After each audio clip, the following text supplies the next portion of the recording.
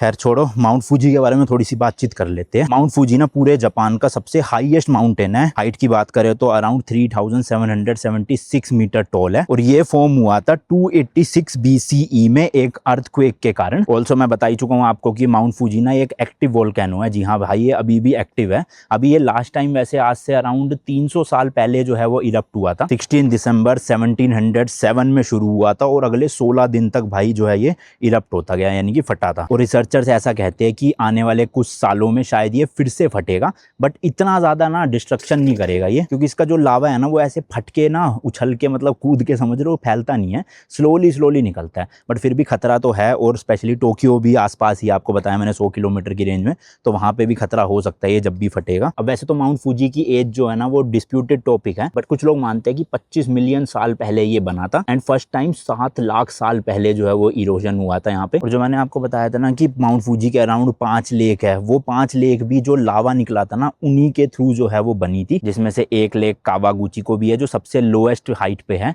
और second largest है। अच्छा, जब आप जापानीज लोगों से बात करोगे तो ज्यादातर जापानीज लोग यही कहेंगे कि माउंट फूजी जो है वो सभी लोगों को बिलोंग करता है, बट एक्चुअल में सच्चाई ये है कि माउंट फूजी का जो 3360 मीटर से ऊपर का एरिया है ना वो एक प्राइवेट आइलैंड है। जी हाँ भाई, प्राइवेट जगह है वो, क्योंकि फूजीसन होंगू करके एक कंपनी है जिनके अंडर में काफी सारे टेम्पल्स आते हैं पूरे जापान में, तो उनको ना ये वाला जो एरिया है डोनेट किया गया था, और वो भी 1606 में, कई 100 साल पहले। हालांकि उसके बाद 1871 में ना माउंट फूजी को नेशनलाइज कर दिया गया था। फिर उसके बाद केस वेस चला कई साल, और उस केस के नतीजे 2004 में ये जो लैंड है वापिस से जो कंपनी थी उनको रिटर्न कर दी गई थी। इसके अलावा आप नीचे से तो माउंट फूजी को देख ही सकते हो, बट आप भाई इसमें ना क्लाइंबिंग भी कर सकते हो। जी हाँ, आप माउंट फूजी के टॉप पे भी जा सकते हो, बट ये सिर्फ जुलाई और अगस्त में ही जो है वो पॉसिबल होता है।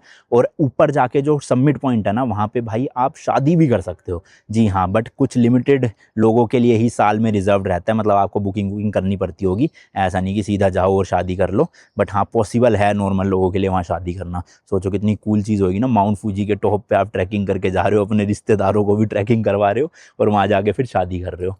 मेरे तो रिश्तेदार ही मना कर देंगे, हम ना चढ़े भाई, इतनी ऊंचाई पे कौन जाएगा, है शादी यहीं कर ले नीचे। एक और इंटरेस्टिंग फैक्ट भाई, 1872 तक ना माउंट फूजी पे औरतों का जाना मना था, मतलब ऊपर वो ट्रैकिंग नहीं कर सकती थी। स्पेशली जो खूबसूरत लड़कियां थी उनका तो बिल्कुल ही मना था, क्योंकि ऐसा माना जाता था जो माउंट फूजी और बाकी वोल्केनोस की गॉडेस है ना वो बुरा मान जाएंगी अगर कोई भी लड़की ऊपर जाएगी तो, एंड अगर ऐसा हो गया तो माउंट फूजी जो है वो इरप्ट हो जाएगा, तो इसलिए अलाउड नहीं था। बट उसके बाद फिर अब कोई भी जा सकता है, लड़का हो लड़की हो, जब भी तो ऊपर जाके शादी होगी, लड़की जाएगी नहीं तो शादी कैसे होगी। अच्छा, माउंट फूजी ना पूरी जापान की सबसे हाईएस्ट पीक है, बट आज से लगभग 120-30 साल पहले जो रिकॉर्ड्स मिले थे उसके अकॉर्डिंग जो माउंट फूजी थी ना उसकी हाइट थी 3778, बट उसके बाद एक अर्थक्वेक की वजह से ना इसकी हाइट हो गई थी 3776 मीटर, यानी 2 मीटर छोटा हो गया था माउंट फूजी, क्योंकि अर्थक्वेक की वजह से नीचे की जो जमीन थी वो थोड़ी सी धस गई थी, जिसकी वजह से माउंट फूजी का ओवरऑल जो हाइट थी वो भी 2 मीटर से कम हो गई। इसके अलावा माउंट फूजी के जो ऊपर टॉप में सबमिट पॉइंट पे एक पोस्ट ऑफिस भी है, जहां पर आप जाके जो है वो लेटर और स्टैम्प्स खरीद के पोस्ट कर सकते हो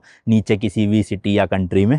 तो कितना इंटरेस्टिंग है ना भाई, नीचे से ऊपर जाओ पहले चढ़ाई करके और वहां से लेटर भेजो वापस नीचे बट ठीक है, आप जाओगे तो कर सकते हो। वही जुलाई अगस्त के टाइम पे ही अलाउड है, मतलब उसके बाद तो फिर बंदी हो जाती है ऊपर की जो ट्रैकिंग होती है या क्लाइंबिंग होती है। चलो भाई अब नीचे चला जाए, और इस बार सीढ़ियों से नहीं, इस बार रैंप से जाऊंगा, क्योंकि उतरने में रैंप ज़्यादा सही है। दौड़ते दौड़ते नीचे पहुंच जाऊंगा, पता ही नहीं चलेगा, मस्त एकदम, है ना भाई। नीचे उतरने में तो लिटरली 3-4 मिनट लगे अपने को, भगा भगा आ गया मैं।